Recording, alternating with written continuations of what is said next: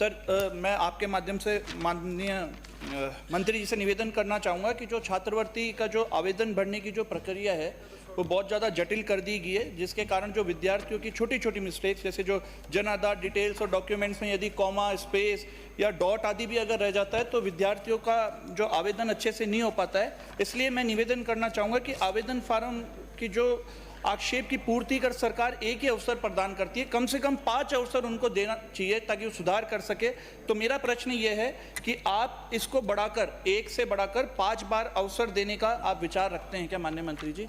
यदि हाँ तो कब? माननीय मंत्री जी। माननीय अध्यक्ष महोदय, पीपलदा से आने वाले माननीय सदस्य ने छात्रवृत्ति की आक्षेप पूर्ति के संबंध में जो सवाल पूछा है, विभाग के द्वारा छात्र जो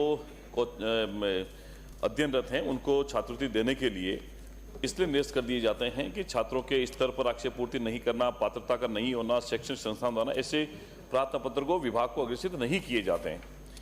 लगातार सरकार के द्वारा, विभाग के द्वारा उन संस्थानों को, उन छात्रों को लगातार मौका दिया जाता है कि आप आक्षेप की पूर्ति करके विभाग को भिजवाएंगे तो एक भी छात्र ऐसा नहीं होगा। अभी हमने जैसे 24-25 के लिए करंट ईयर से हमने 31 मार्च की डेडलाइन रखी है। पूर्व में भी कुछ ऐसे आपके जैसे पीपलदा क्षेत्र की बात करें तो कुछ एक ऐसे विद्यार्थी हैं जो इस आक्षेप पूर्ति नहीं करने के कारण से उनका अभी होल्ड पे रखा गया है। और जो 16-17 के बाद से 21-22 तक जिन्होंने अभी तक आक्षेप पूर्ति, उनका हमने निरस्त किया। वरना जितने भी छात्र आक्षेप पूर्ति उनको बराबर मौका दिया था, लेकिन फिर भी आपने जो कहा है कि जो एक मौका उनको देते उसके बाद 5 मौके दिए जाने चाहिए।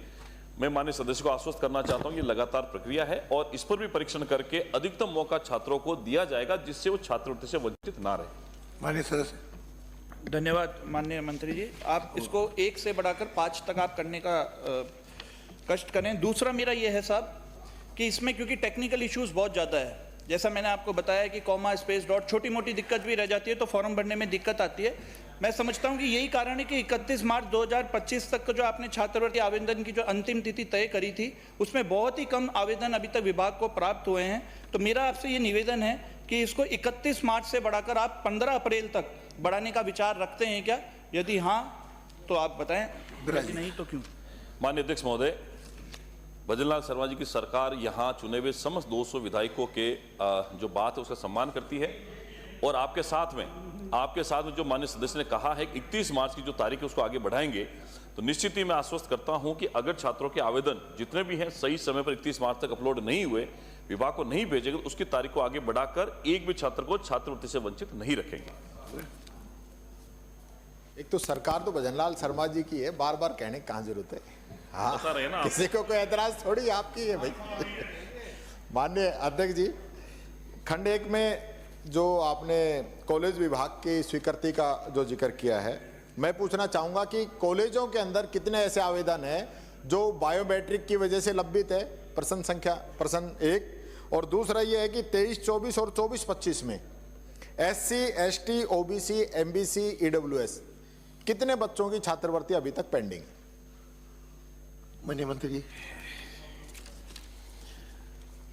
माननीय अध्यक्ष महोदय, मेरे पास में ये पूरे डाटा है ईयर वाइज, जिसमें अनुसूचित जनजाति की छात्रवृत्ति भी है, अनुसूचित जाति की भी है, अन्य पिछड़ा वर्ग की भी है और अन्य पिछड़ा उत्तर मैट्रिक भी, अम्बेडकर, ये जितने भी जो 6-8 कैटेगरी में हम लोग छात्रवृत्ति देते हैं, मैं व्यक्तिगत रूप से इस सदन को भी ये उपलब्ध करा दूँ आंकड़ा और आपको भी दे दूंगा कि जितने हमारे पास पूरा है, मेरे पास ईयर वाइज पूरा डाटा है, मैं सब आपको उपलब्ध करवा दूंगा। और ये लगातार प्रक्रिया है छात्रवृत्ति देने की। केंद्र का जितना अंश होता हमारे पास आता है उसकी यूसी हम लोग देते हैं और यूसी देने के बाद में, ये आपको भी पता है प्रक्रिया है, यूसी देने के बाद में सेंट्रल गवर्नमेंट जो है हमें पैसा देते हैं, उसके बाद राज्य सरकार का भी एक अंश होता है। वो दोनों मिलाकर के जब पूरा हम पैसा दे देते उसके बाद में हमारा यूसी जाती, यूसी के बाद में जो बकाया पैसा है वो हमारा केंद्र से आता। वो ये लगातार प्रक्रिया है। हमने पिछले समय में सुधार किया है, अभी बहुत कम छात्रों की जो स्कॉलरशिप है और प्रयास कर रहे हैं कि ये आने वाले समय में जल्दी ही इसको पेंडेंसी को 0 कर देंगे ताकि कोई भी छात्र छात्रवृत्ति से वंचित ना रहे। श्री प्रताप लाल।